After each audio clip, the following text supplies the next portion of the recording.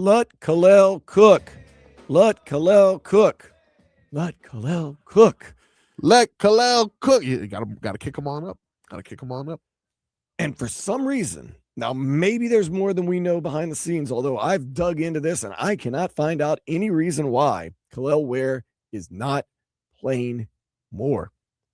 Seems like a simple equation, Marcos. Yeah. The more he plays, the more stats he puts up. For sure. More experience he gets. Now, I understand his attitude and his demeanor maybe doesn't always jive, especially as a young player, because he has a very laissez-faire type attitude and a very, I'm not going to say not say the right thing demeanor, but like he's not going to give you what, he's not going to give you what you want. He's going to say what he wants to say. And I think maybe that has been to his demise a little bit, but the proof is in the pudding on the court. Last night, what a night for Kel'el Ware. Of course, you're going to say against the Washington Wizards. It's still an NBA team, and he's done it against other teams also. But anytime you can put up 24, 19, and 7 blocks in a game, that's a pretty darn good run right there. And it seems like the more minutes he gets, the more he does. So Kel'el Ware, what is the issue? What is going on? Well, even Bam said it. We need this more aggressive version of Kel'el Ware. He can get 8, 9 blocks in the game, probably even 10 if he really goes for it. So, with that being said, he's been really locked in, and we need that version of Kel'el if we're going to do something special or attempt at doing something special. I understand this, but why are we not playing him more is the bigger question. I don't know if you know this about Erik Spoelstra, but he is a scorned man and has nothing to do with his personal life. It has everything to do with the Hassan Whiteside. Hassan Whiteside came in here and swooned us all as he did it with blocks and was putting up numbers that we hadn't seen. We literally gave the keys to the franchise to a man that we got out of the YMCA just 16 months prior. Costed us Dwayne Wade, costed us other opportunities for our team to progress because he was too immature. So since then, if you notice, Erik Spoelstra has not trusted big man. Interesting. So Erik Spoelstra is scorned and burned. Fool me once, shame on you. Fool me twice, shame on me. He sees a little bit of Hassan Whiteside in Kel'el Ware, which, let's be honest, the knock on Kel'el Ware coming out of college wasn't his size, wasn't his depth, wasn't his abilities. It was his heart. Motor. A lot of people said he plays very casual. He plays when he wants to play. He doesn't play when he wants to play. Buyer beware. Maybe Erik Spoelstra has seen some of the tendencies that he saw in Hassan Whiteside in Kel'el Ware and is saying, oh, no. I cannot let this happen again. That's the only logical reason, because I don't understand how a 7-foot athlete that can stretch the floor, that can shoot threes, that will relieve Bam on defense and offense and let Bam play at the 4, which is more of his natural position. Bam has expressed how much he loves playing with them too. I don't understand how that can't help your team. Like, how does he rot on the bench sometimes? Why? Because he made a mistake? Well, Erik Spoelstra said it wasn't a good matchup. That's what he said. Wasn't a good matchup. So maybe he has been burned, and he's saying, no, I see where I've gone down this road before. We're not even going to take that path. Or maybe he's saying, get your mind right or you're not going to play. Maybe he's teaching him a lesson, trying to help him from himself. But I have known Kel'el Ware for 2 years now. Good guy. But yeah, you'll ask him things like, oh, I bet you love living in Miami. And he'll be like, I mean, Bloomington, Indiana's cool. Little Rock, Arkansas is cool too. But don't you like really living here in Miami? I like living in all the places. It's like, just say you like living in Miami. No. And he'll push back on you. You say like, and we've heard it before. He pushes back on Spo. Spo probably doesn't like that. Number one, because he's the coach. And unlike some coaches around here, he has some authority. But number two, he might see, I've gone through this before. I'm not doing this again like Hassan Whiteside. I'm not inviting that train wreck.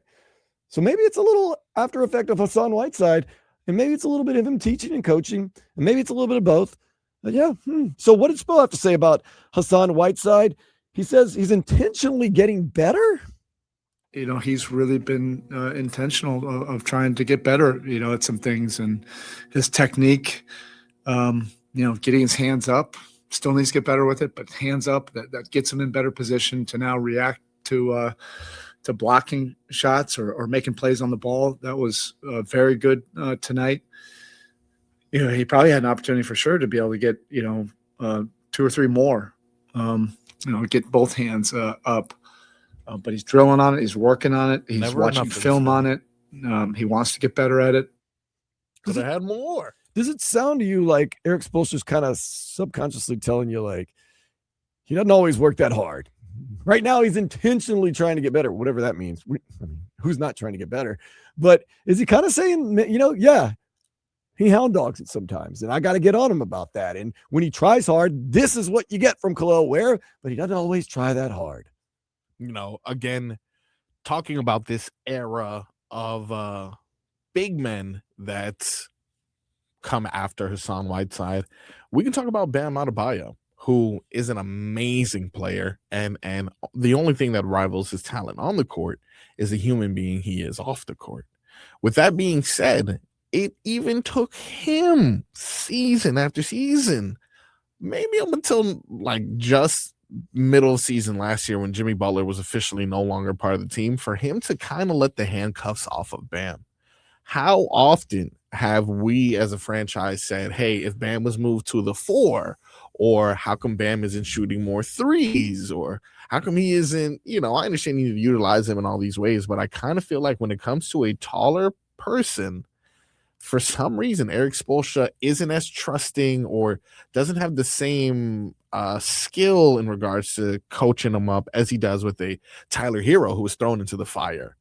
A Jaime Jaquez, who, yes, he struggled last year, which is why his playing time decreased, and also the addition of a few pieces are reasons as to why he didn't necessarily get the playing time. But Yaku Chonis, Pella Larson, all these players I feel like are having a longer leash than what I've seen with Kel'el Ware. It does seem that Erik Spoelstra is a little more short-leashed with the big men, with the bigger guys. And maybe like you said, he's been spurned. Maybe he feels as though they need to be approached differently. But yeah, guards, be all right. Forwards, you'll be all right. But it just seems like he's really, really disciplined on the big men. I have yet to see Al Golden play any significant minutes. Is he the guy? Vlad Golden. Vlad Golden. Al Golden. Yeah. You know the reason he's not playing. Well, I just know that he's tall, so that could be the reason. Well, from what I'm hearing, love you at FAU, good at Michigan. Yeah. Have fun at Sioux Falls. God. From what I'm hearing, I saw that one game he got in. It might have even been against the Wizards the other day when Bam had that 83. That was a rough 2 minutes, bro. But of course, you can't judge a career on 2 minutes, or maybe you can because it might be only 2 minutes against. Well, and how am I supposed to know? That's my how other much thing. time did Dwayne Dedman get? My other thing is this.